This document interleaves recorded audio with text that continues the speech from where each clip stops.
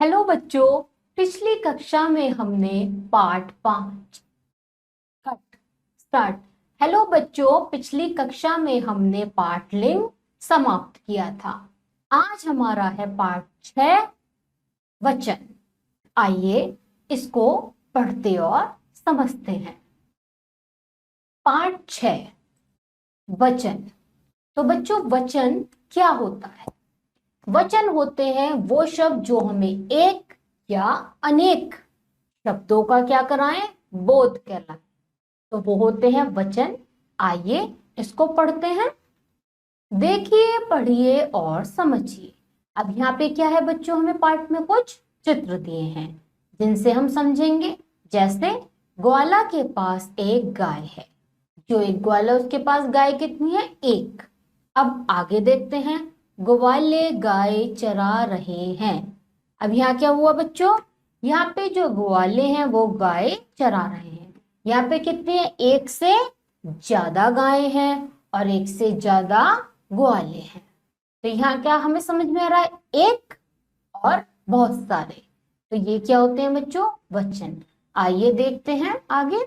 आपने देखा कि ऊपर दिए गए शब्द ग्वाला तथा गाय से उनकी संख्या एक तथा ग्वाले गाय शब्दों से उनकी संख्या एक से अधिक अर्थात अनेक होने का बोध हो रहा है।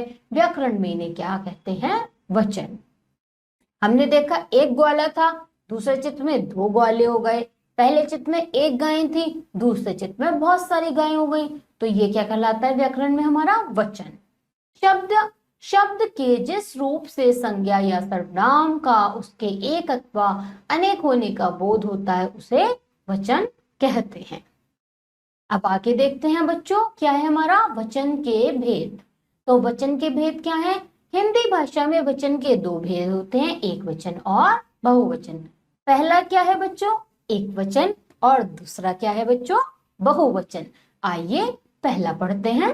एक वचन। तो एक वचन क्या है? शब्द के जिस रूप से उसकी संख्या मात्र एक होने का बोध हो, जो हमें बताता है केवल एक होने का। तो वो क्या है बच्चों? हमारा एक वचन। आइए यहाँ पे कुछ चित्र दिए हैं, देखते हैं। जैसे यहाँ पे कुत्ता, लड़की, गेंद, चिड़िया, ये सब क्या है? एक एक, इसलिए क्या हुआ? ये एक वचन। आइए इसके आगे देखते हैं।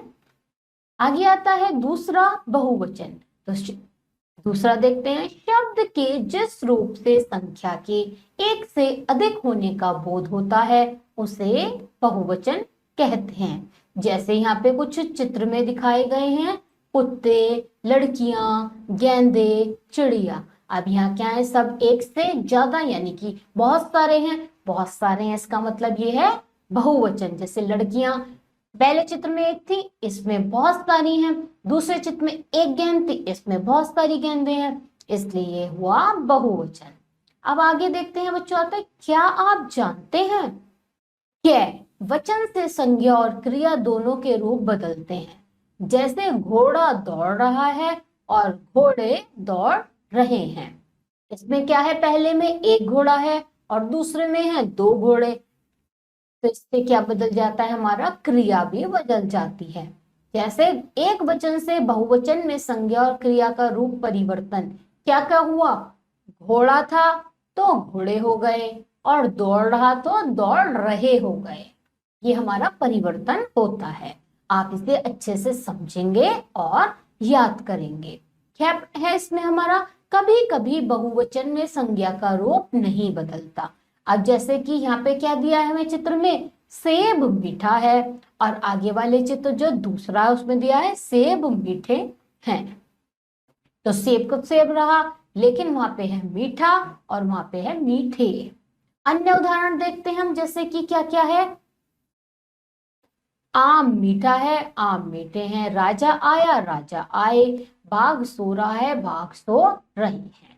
इस प्रकार से हमारा परिवर्तन होता है। आगे देखते हैं, यह क्या दिया है? जिसका आदर करते हैं हम, जिसका आदर करते हैं वह एक हो तो भी उसके लिए बहुवचन शब्द का प्रयोग करते हैं। जैसे पिताजी जा रहे हैं, दादाजी हंस रहे हैं, ये मेरे गुरुजी हैं। अगर हम जिन लोगों का क्या करते हैं, आदर सम्मान, चाहे वो एक हो अनेक हो, तो हम उसमें बहुवचन का ही प्रयोग करते हैं।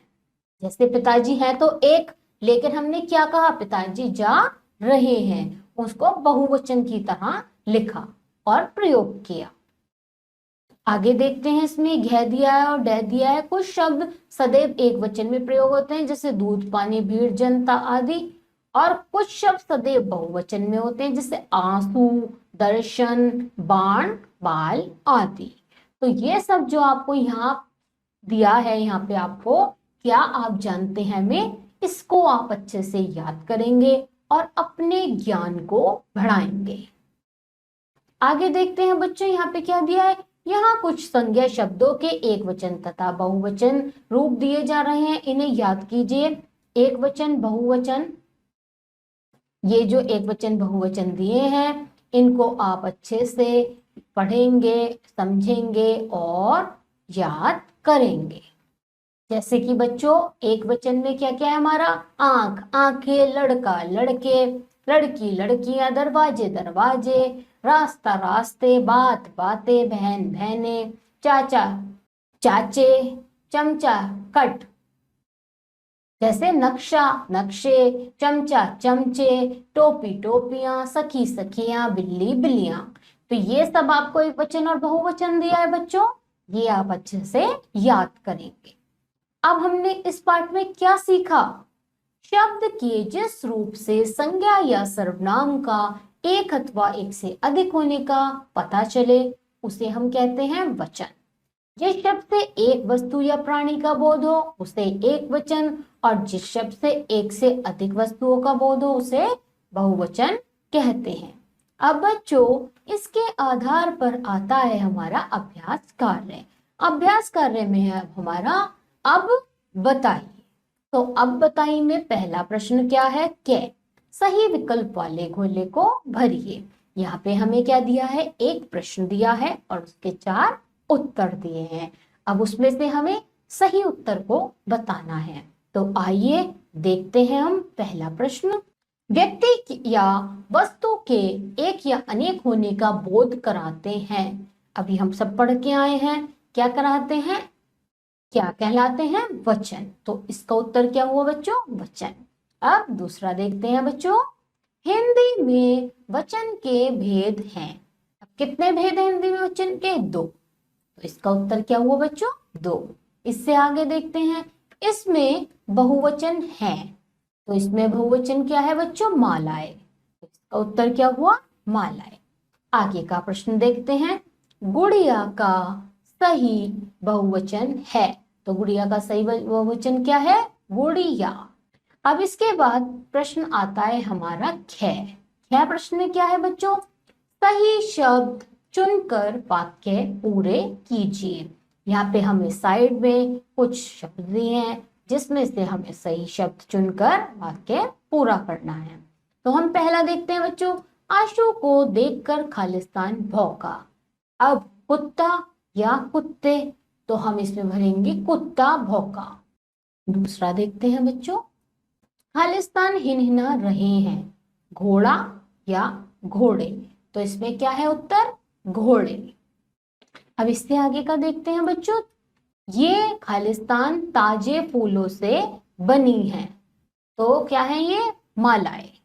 तो इसका उत्तर हो गया ये माला, ये मालाएं ताजे फूलों से बनी है। चौथा देखते हैं बच्चों, मैंने 2 खालिस्तान खरीदे। खालिस्तान में क्या भरेंगे, 2 है क्योंकि, तो हो गया उत्तर गुब्बारे। तो मैंने क्या खरीदे, 2 गुब्बारे। इसके बाद आता है बच्चों, पानी में एक खालिस्तान तैर रही है। एक है तो एक हो गया बत्तख, बतख। ये इसका उत्तर हो गया। बच्चों, इसी के साथ हमारा अभ्यास कार्य समाप्त होता है। बच्चों, हमने आज वचन का पाठ समाप्त किया। मुझे लगता है आप सभी बच्चों को वचन का पाठ बहुत ही अच्छे से समझ में आया। अब हम आपसे मिलेंगे अगली कक्षा में। तब तक के लिए आप सभी बच्चे अपना ध्यान रखिए।